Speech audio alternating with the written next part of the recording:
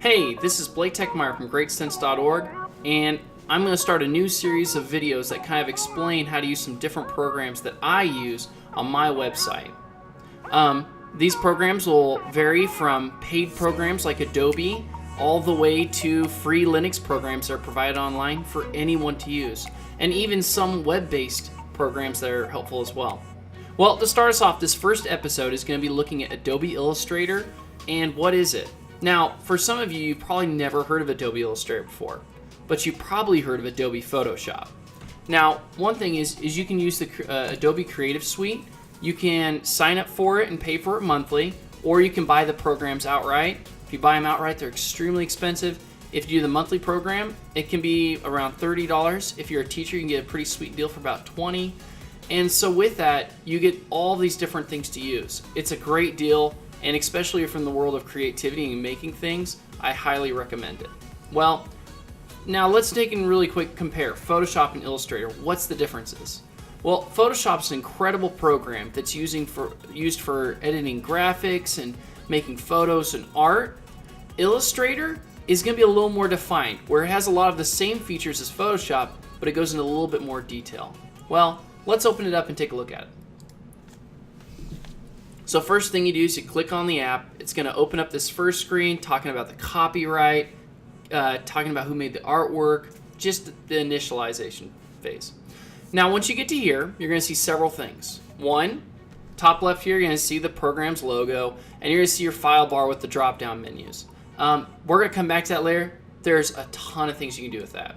Well, also you can see here it says Work and Learn.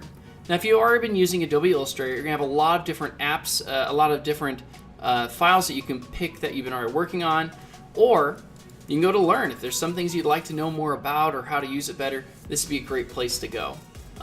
They're the professionals, but I feel like I have quite a big experience and I've learned a little bit with this, so I'd like to share with you what I'm learning.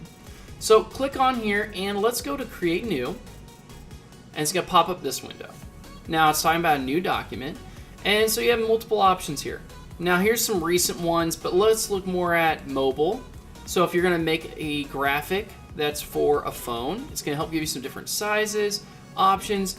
It even gives you some things that you can purchase to use.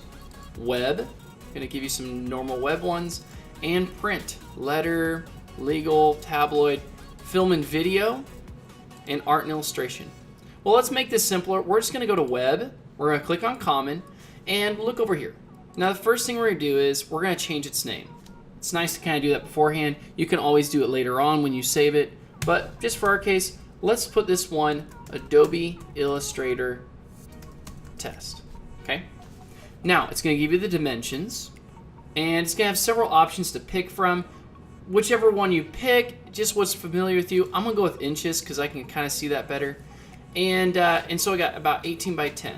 Now, orientation, do you want to have it portrait or landscape? Let's stay with landscape, and let's increase it to 3 artboards. Now, what's an artboard? This is where it gets a little different than Adobe Photoshop. In a Photoshop, you primarily work with just one thing at a time with many different layers, whereas here in this, Illustrator, you can jump back and forth a lot easier and share those things across the different artboards. And it'll make more sense once we get into there. So let's click on Create. And it takes a moment to load, but there's our 3 artboards. 1, 2, 3. Now, let's just kind of take a moment to realize what's going on here, because it's kind of overwhelming. You got a lot of stuff going on all the sides. Let's start with the left. We're familiar with this. It's the toolbar. You're going to have tons of different options here. We'll start to dive into those a little bit more later in this episode, but toolbar. Top of here, we got the file drop-down bar. I mentioned that earlier. It's going to have a ton of things you can do. We're going to use some of those as well. On the right side here, you see where you have all these tabs. What's beautiful with all the Adobe programs is you can kind of move things around to help line up just the way you want. This one starting with properties, layers, libraries, and colors. And then down the bottom part here, what you're going to see is you're going to see a scroll bar. You're going to see it's going to tell you which artboard that you're on, and it's going to tell you what the current zoom is at. Now, one thing is, depends on what you're working on. I really like Essentials, but you can change this up to kind of match what you're working on. For example, web is going to be more web-based. You could do automation. It's going to give you some different things like actions. And so those are some awesome things to check out, but we're going to stick with the essentials for today. Now, essentially, when you get started on this, one of the biggest things is how do you navigate it? How do you get around and see what you're doing? Well, one thing is, as you know, there's the word view up here. You can click on that. There's a lot of different things to pick from. We're going to come back to that. Let's start with the zoom tool. It's right here. Now with the zoom tool, you can click on any of the artboards. Let's go to this bottom one. Stick it in the middle, click. It centers it for you. Now from there you click again, it'll zoom it in. And what's amazing is, or if you click on this drop down bar, you can go to 64,000% zoom. That's extremely fine detail. Most people never gonna need to do that, but maybe you will. So come up here to view, let's back out a little bit. Let's go to fit all in window. There we go. We can see all three artboards. And let's zoom into the second one this time. Zoom in. Now what if you're here and you want to get to a different artboard? Well, there's different things you can do. You can swipe with your mouse, or you can grab your hand tool and drag, which is also a nice feature. Okay? And if you right click on hand tool, it also gives a print tiling tool. We'll get into that later. Hand tool is the best one you need. Alright, so now we've kind of done that. Let's backtrack out again, and let's just go to fit artboard in the window. Okay, we're on artboard 1. Let's take and work on some text. So come up here, we see the text box. If you right click on it, you're going to see there's a bunch of different options. Sticking with the basics. So we're going to go type tool, click here, and if you drag it out, you're going to see where it says lorem ipsum, and it's got all this garbled mess. Well, that's just their, it's the type of thing that they put on there just as a filler. So we're going to delete that out, and we're going to type in the word hello with an exclamation mark at the end. Now, if you're used to most programs, you can highlight it, and you can make a lot of different changes. Well, for us, let's take in first, we're going to change the size. We're going to change it to 88. Can't hardly see it all. 88's a good number, so we're going to go there. Next, let's change the font. Now, if you go online, there's a lot of different websites where you can get free fonts on the public domain. You can also buy ones where you purchase them. We're just going to stick with a really basic one that's free that comes with it, and we're going to go to Arial. So click on Arial. And now that you've opened that up, we're going to see on the right side here where it says Properties. It's going to tell us how large this is, and we can even change this. We can kind of shrink this down so it fits the word hello better. We can drag hello to the middle. There we go. Take your text tool again, and you're going to see where it says Fill and Stroke. This is one of the most beautiful things about Illustrator is it's really a great program for fonts. So let's highlight it, and I'm going to go with, I like the color green. You can go with whatever color you want. And so we've changed the color to green. Nice. Well, let's take and do something really cool here, and let's add a stroke of 2 that's black. Look at that. It looks amazing. The font really pops with the outline on there. This is the nice thing with this. I've tried to do this in Photoshop. There's a lot of different tricks to get there, but nowhere near as easy as an Illustrator.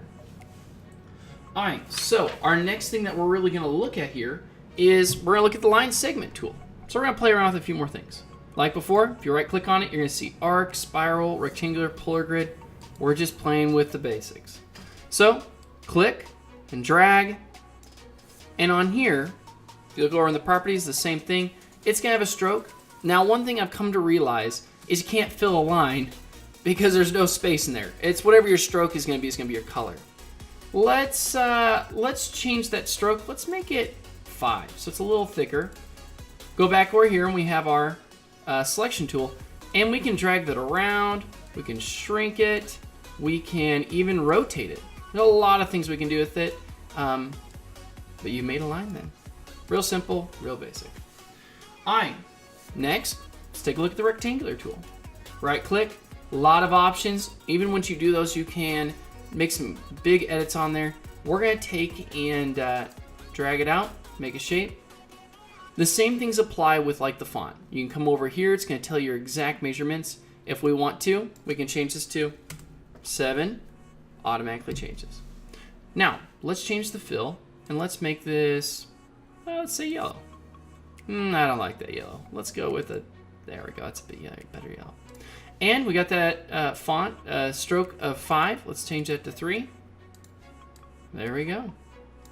And so those are some of our basic tools when we get into here. You're gonna have your selection tools. One thing I've come to find on here that's kind of cool too is there's this white selection tool, and it's a direct selection tool, or you can go a group selection tool.